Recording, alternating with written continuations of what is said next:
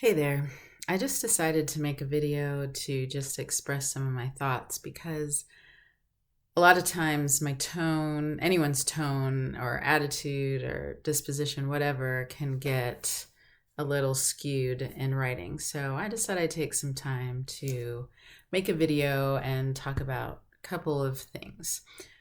So, with this most recent shooting, well, actually, at this point, it's not even the most recent, which hurts my heart. But um, I understand. I completely understand what our police officers are facing.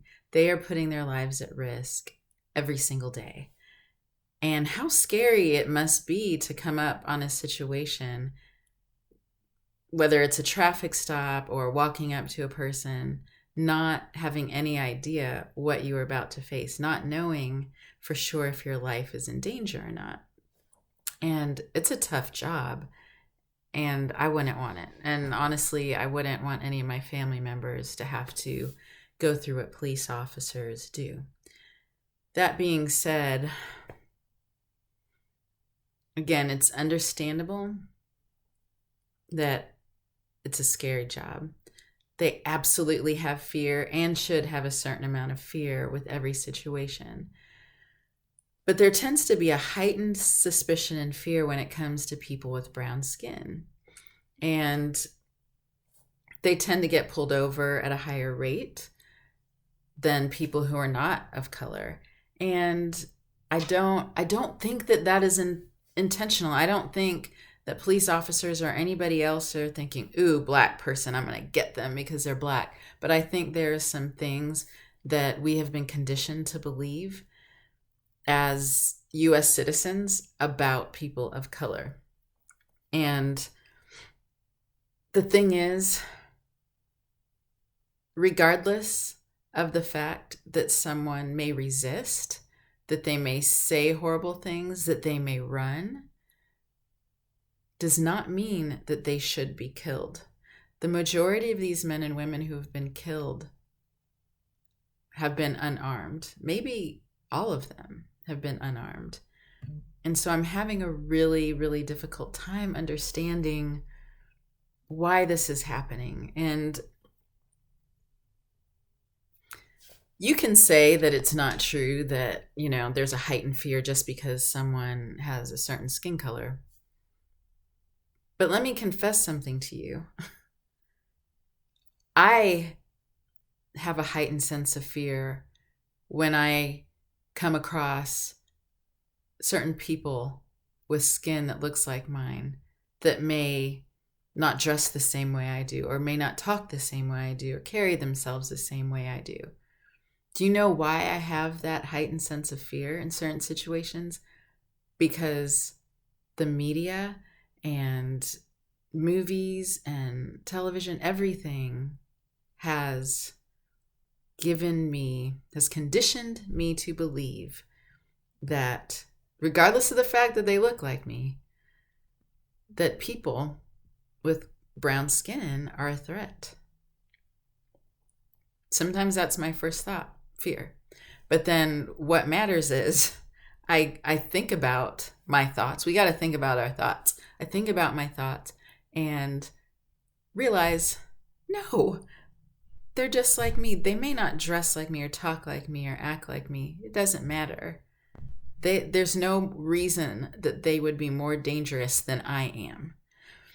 And I hate what that is white supremacy. And I wrote about that. And yep, excuse me, Black people can feel that. It's white supremacy.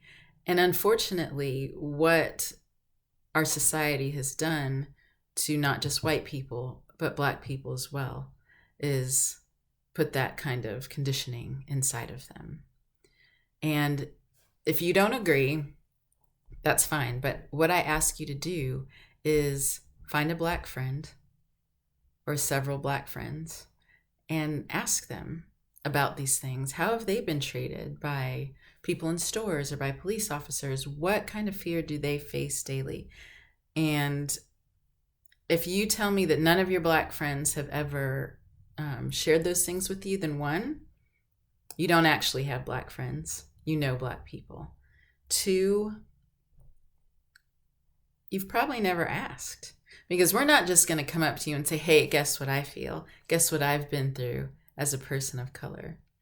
It just doesn't happen that way. So I ask that if you don't have anyone in your personal life to talk to about these things, you can ask me. There are a ton of resources.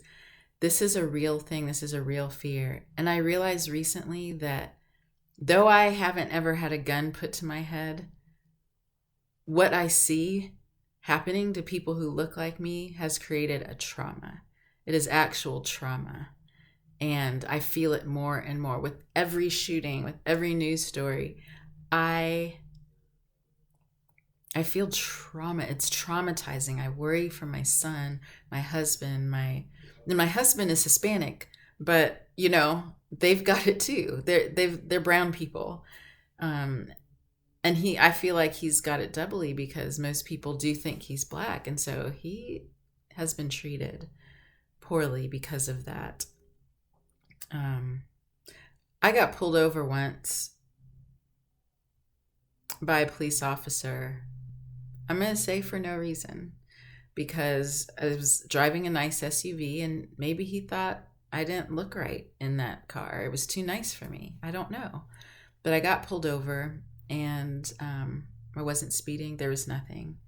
And he actually called for backup. I had my 3 children in the car. And the way I'm talking to you right now is how I spoke to that police officer. And that was a scary situation. And it was very upsetting because I did nothing and he treated me like a criminal.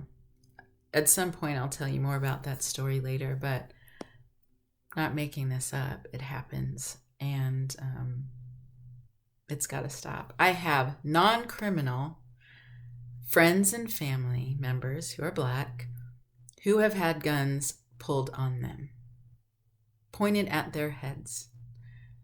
A very close family member of mine experienced that. He doesn't have a record. He's been to college. He has a very good professional job. And this happened to him.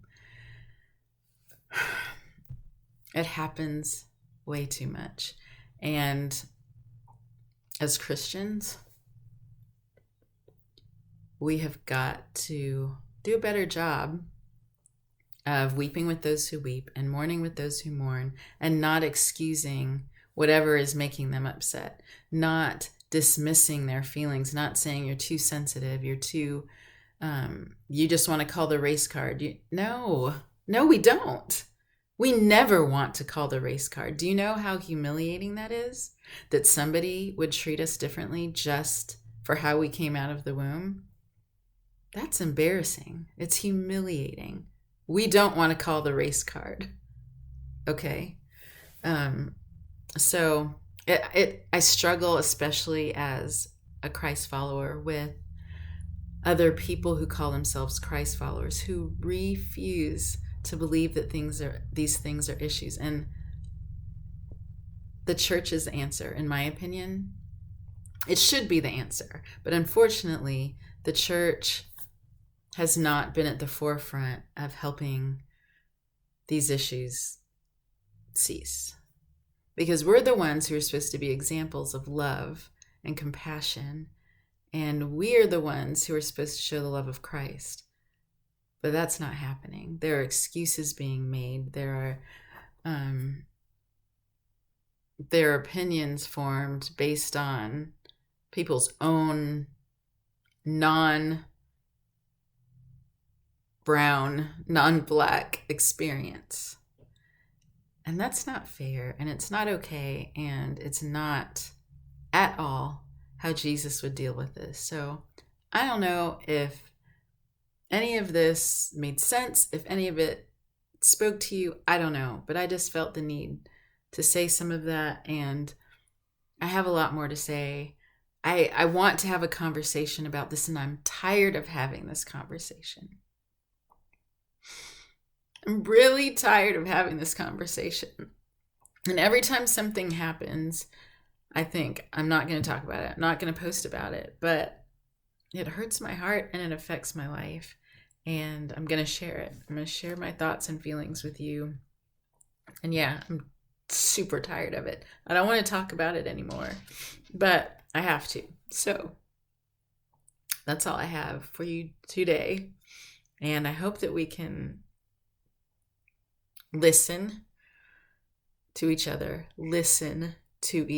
before we speak or have something to say. And sometimes, even after we listen, we have to remain silent and think about it and ask questions.